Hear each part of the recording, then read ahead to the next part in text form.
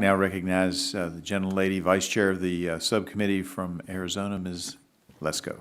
Thank you, Mr. Chair. First of all, I want to say thank you to you, Mr. Chair, because this is such an important issue. And I want to say thank you to all of you because it's absolutely vital that we pay attention to this issue. You know, my question kind of relates to what Dr. Ruiz was talking about, but I'm going to ask it of Dr. Hawley. In 2014, the Obama administration paused funding for gain-of-function research due to the risk and safety incidents at federal laboratories that year. Then the NIH resumed funding in 2017 for gain-of-function experiments. Shortly after, NIH, as we've all talked about before, awarded a grant of this type to EcoHealth Alliance. Around $600,000 of that grant went to the Wuhan Institute of Virology. As you know, COVID-19 happened. We've had different hearings. It seems more likely than not to me that COVID-19 came from a lab leak from the Wuhan lab. Dr. Redfield, the former CDC director, has testified, thinks that there were gain-of-function research that was going on there and that we partially funded it.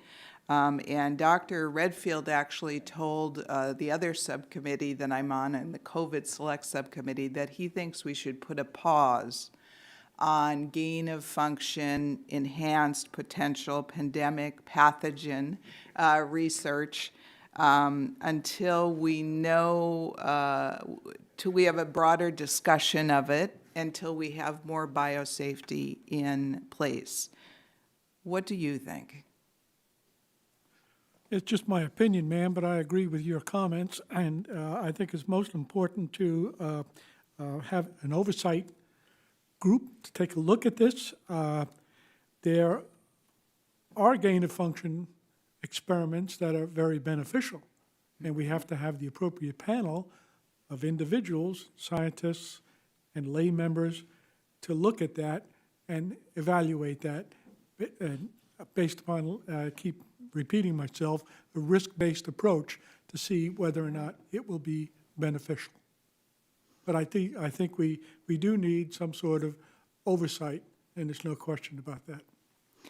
And since it sounds like from what all of you said, there is no centralized location in the federal government for oversight and that some private labs don't have any oversight, should we, do you think, pause this very enhanced, I call it EPPP, research until we get the biosafety apparatus in place?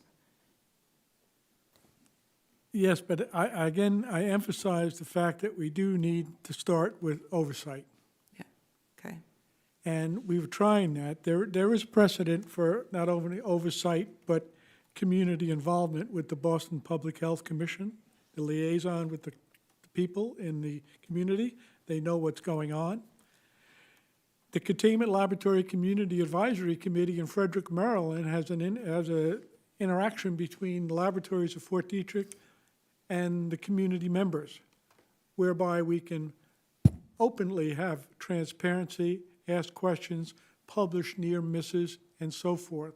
So to me, that's a form of oversight and gaining the respect from the community.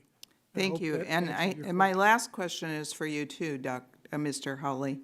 You had mentioned earlier in your testimony that you don't think a federal agency that provides grants for bioresearch should be the same one that's in charge of overlooking biosafety. I think that's what you said in so many words. Is that accurate? And are you talking about the NIH? That's my question. I'm not going to name any organization, but the bottom answer to your question is yes. I know when I was at Fort Detrick as a command biosafety officer, we had labs internationally, and it was my job to go out and look and monitor those labs. So we did have oversight, even though we did provide funding. All right. Well, thank you very much. Thank you to all of you. Great communication, great information, I should say. Thank you. And I yield back. I thank the gentlelady for yielding back.